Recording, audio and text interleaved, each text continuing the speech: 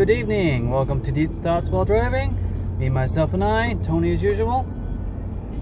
The deep thought for tonight, I don't know. Give me a sec. It's not really a deep thought. It's just thoughts in general.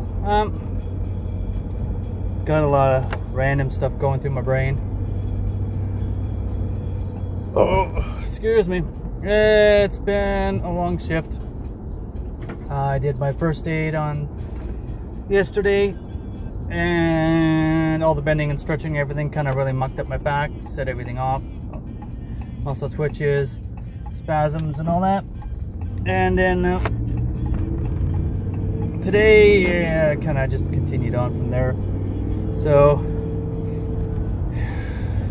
the kindness of others, there you go. Helpful co-workers, depending on how you want to look at it. One of the ladies I work with, Charlene, absolute sweetheart, cute little 4'10", 52-year-old Filipino lady. Tita, yeah, absolute sweetheart. She noticed I wasn't doing so good, and she asked if everything was okay, and I told her, you know, did the first aid and everything. Her back was all sore and everything from the bending. Today, not doing much better, so I'm kind of sore and stiff.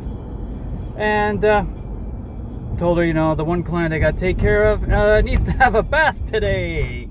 So I'm not really looking forward to bathing her because random hair. All the bending, you know, it's gonna be kind of rough on my back. So Tita, being the sweetheart that she is, oh, don't worry about it, Tony. I'll take care of it. If you want to get everything prepped and ready, I'll do the bath. Oh, wow. Sweetheart, I love ya.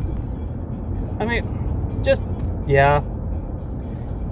Got everything ready. You know, when she was ready, she did the bath, took care of got the client all bathed, back in the bed, you know, brushed her teeth and everything. All I had to do, really,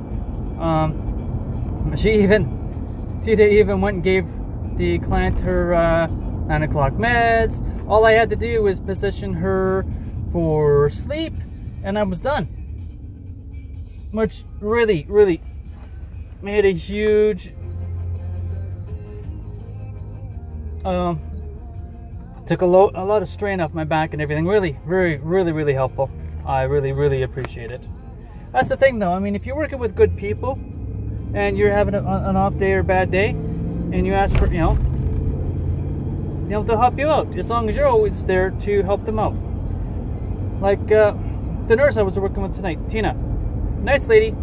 Her and the other one, then the male nurse, G.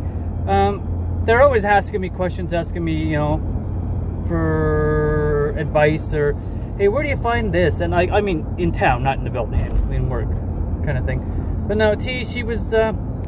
She's like, do you know how to change this filter on this one machine? I'm like, thinking, I've never touched the machine before. I might have leaned over and, you know, boop, you know, kind of touched it with a finger, but I, you know, operating the machine, literally never touched it before in my life. I don't know where anything is. So she's like, well, he hits the button and it shows you, you know, open up the back to do this. Oh, well, pop open the back. Here's the filter. Yeah, it's kind of gross looking. It's part of a ventilator system. I don't know exactly what it does, but whatever. So I'm like, yeah, okay, we need a new filter. So, you know, we don't know where the filters are because they only get changed once every 6 months, kind of thing. I mean, really. So we found the filter, put the new filter in, and got everything going. She's like, I go back to doing what I was doing. She comes over, Tony, because the machine was cycling through and everything. You know, it worked all good. I'm like, all right, excellent. We, together we got it done. Yay for us. So it was all good. Yeah, she asked for help prior to that tonight. You know, the one client sitting in this, he's in his wheelchair, and had to get. We use a sling to get him in and out of the chair.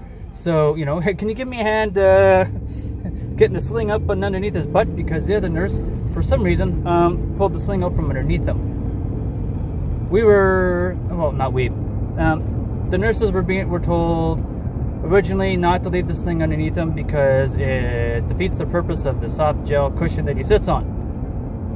But trying to get this thing underneath him is moving him around a lot. So it's a case of, you know what? Just leave this thing underneath him, it's fine. The OT said it's cool, so just leave it. So, I guess, you know, G didn't get the memo. Or pulled it up for whatever reason. Could have been all bunched up, could have been messed up, and he just, rather than fighting to fix it, he just pulled it out for convenience sake. Who knows? Obviously, there was a pretty valid reason for it, I imagine. He doesn't do things just for no apparent reason. If he does it, there's a good reason for it. But yeah, I mean, these people know that if they need a hand, give me a shout. Oh, give them a hand, not a problem. Don't care what I'm doing. I mean, if I'm doing something, you know, that's life-threateningly important and I can't step away for a minute, they're gonna have to wait. But they all know. I mean, there's not a person I work with who does not know for a fact that if they need a hand, give me a shout and I'll come and give them a hand. Always. And I always tell them, if you need a hand with anything, you let me know. Just let me know. Not a problem. You know? And they also know that in turn that if I need a hand with something, I'll ask. Sometimes I'm a little grudging to ask because, well, you know, I kind of pride myself on the fact that I normally can and do take care of 2 clients. Well, the nursing staff, the nurses, take care of the 1 client. Now, the reason being is the 1 client, he's got to be watched 24/7, 365. No ifs, no ands, no buts. Someone has to have eyes on him.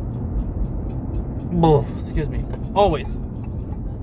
So it's kind of hard for them to step away to give a guy a hand if they have to keep their eyes on the 1 client. I mean, we got a little camera so that they can, you know, he's in bed asleep. They can see by the camera that, you know, he's okay. But then they got to keep an eye on the camera or on the little screen while they're giving me a hand, sort of thing. So, you know, usually it's a case of I do my bit, you know, take care of my 2, and they, you know, take care of their 1, and if they need a hand with something, they give me a shout.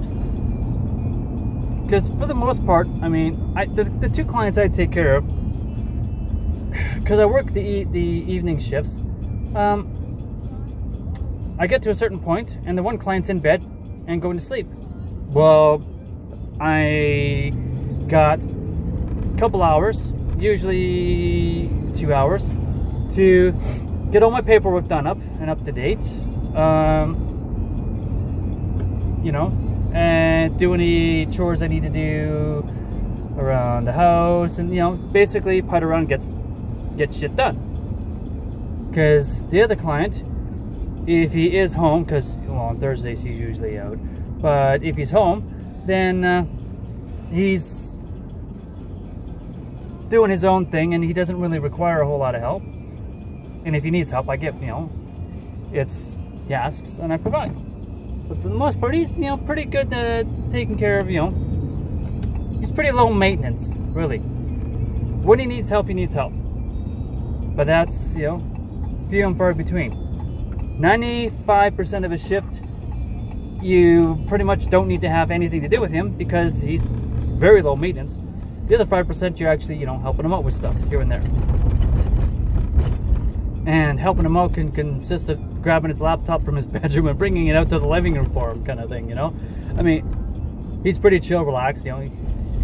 When he does need help with something, it usually takes 20 minutes to half an hour, 45 minutes. But other than that, he's good.